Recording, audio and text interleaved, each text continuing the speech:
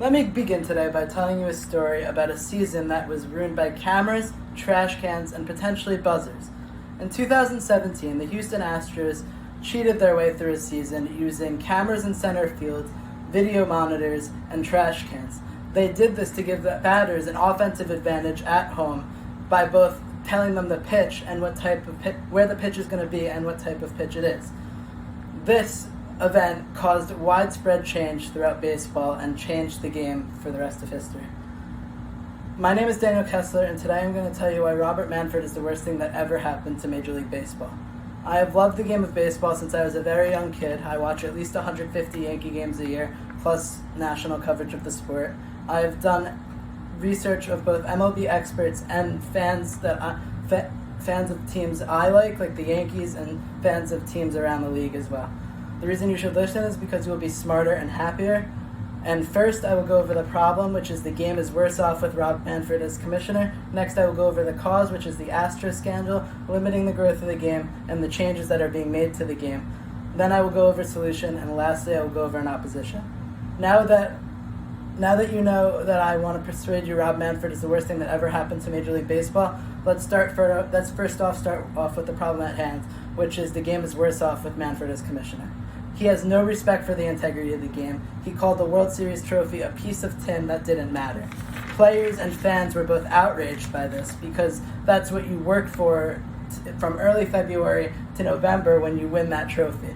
If the trophy doesn't matter and it's just a piece of tin, then the MLB and the league doesn't matter in general.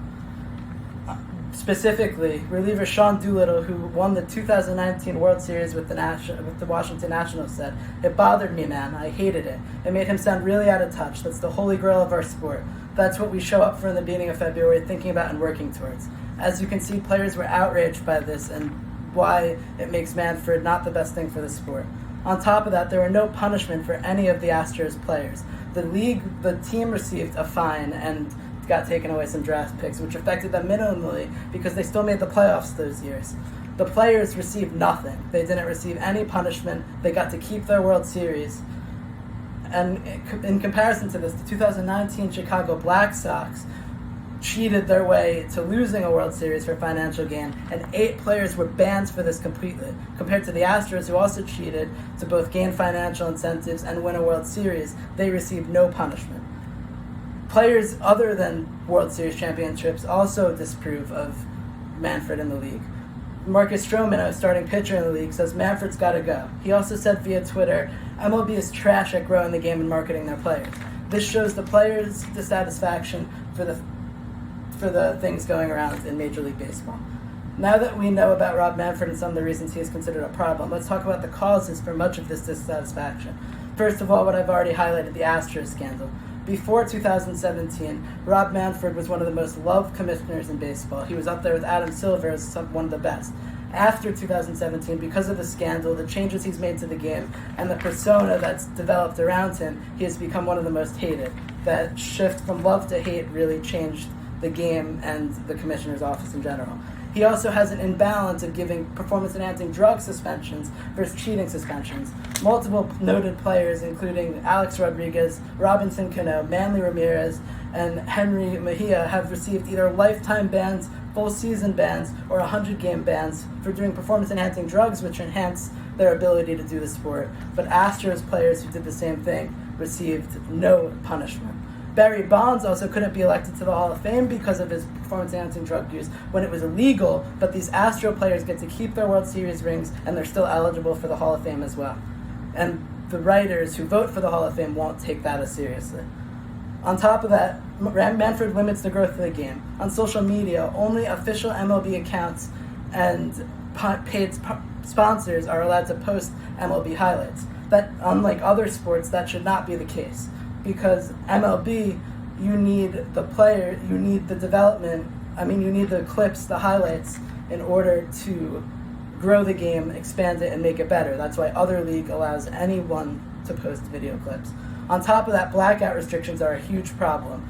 for MLB subscribers. According to MLB.com, if you live in the city of Las Vegas, you cannot watch 1/5 of MLB teams. The Giants, the A's, the Dodgers, the Angels, the Padres, and the Diamondbacks are all not allowed in Las Vegas, even though none of those teams actually play their games in the state of Nevada. It is just because local cable TV carries some of those games. That is bad for the growth of the game, viewership of the game, and growing the game. On top of that, changes to the game are being made that affect strategy and the manager's ability to manage the game.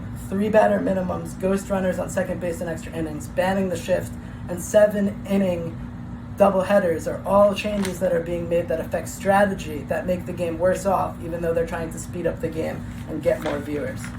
Now that we have learned about what causes people's dissatisfaction, here's where I want to go over the types of solutions that can be done to change the MLB for the better. Most importantly, replace Rob Manfred as commissioner. We need a commissioner who understands both players and the owners, not just are for the owners. A perfect example of somebody like this would be Derek Jeter. Not that it has to be him, but he would be a good example because he was both an owner, a general manager, and a player. He understands all aspects of the game and he's for growing the game as a whole, not just being for the owners. CC Sabathia has a new role in the front office, according to an MLB press release from CBSSports.com, which addresses areas important to the future of the sport, including player relations, diversity, equity, inclusion, social responsibility, youth participation, and broadcasting. These are things that Rob Manfred lacks the ability to do, so they're trying to bring in people who have this ability. We need a commissioner who has these abilities and has the sight to see these things. We need to eliminate blackout restrictions and make team-specific packages. If I live in New York, I should be able to buy a New York Yankees package and watch all the Yankees games, even if I don't have cable TV. On top of that, eliminate blackout restrictions in general. So no matter where I am, if I buy an MLB package, I should be able to watch any game. Not if I'm in that area, I should be able to watch that team's game. Limiting changes to affect strategy is another thing the MLB needs to do. While timers on pitchers and players not being allowed to step out of the batter's box are good changes that speed up the game and get more viewership, limiting strategy and limiting what matters can do in order to win is bad changes for the MLB. Even with these solutions that I have proposed, there will always be opposition to replacing Manfred. The owners hold all of the cards. According to Matt Snyder, who's a CBS Sports MLB insider, Manfred is the commissioner of baseball. Ultimately, he works for the owners. They hired him, and he's been doing their bidding. He said this in relation to the recent lockout, but this applies widespread throughout baseball. Manfred is working for the owners, not the players. He only has their best interests in mind. This is bad for the game of baseball. Another thing the opposition would say is the MLB is seeing higher numbers than they ever have been before. But this is happening despite him, not because of him. Technological advancement in the 10-15 years, no matter how much he limits the viewership of the clips, technological advancement in the last 15 years has grown rapidly. So overall, around the world, people are just able to see more of the sport, so viewership numbers are going to go up. On top of that, stars and ambassadors are all over the country, as opposed to condensed on one team, such as the Yankees, like it was 60 years ago, with all the stars being really on one team. We have Fernando Tatis Jr. in the West. We have Juan Soto and Aaron Judge on teams in the East that are making baseball more diverse around the country. On top of that, another opposition the opposite side would make is that players are making more money now than they ever have before. But the saying that you got to spend money to make money does not apply to the owners. Just in TV deals alone, according to National Baseball writer Craig Goldstein, the Yankees and the Dodgers made over $200 million just from TV deals last year. This pays all the players' salaries, and then they still have every other form of revenue, such as ticket sales and jersey sales, to make their money. This represents why they've made so much more money, so the players should also be making so much more money. Now that I have shown you what the opposition would suggest, let's wrap up. First, I went over the problem, which is Robert Manfred as the commissioner of baseball. Next, I went over the causes, which is the Astros scandal limiting the growth of the game and the changes to the game. Then I went over a solution. Lastly, I went over an opposition. On this opening day, I implore you to think about baseball as a whole, not just what the owners want and making money for the owners. We need somebody who will be good for baseball as a whole, growing the game, not just what for the owners' sake. Let's go Yankees.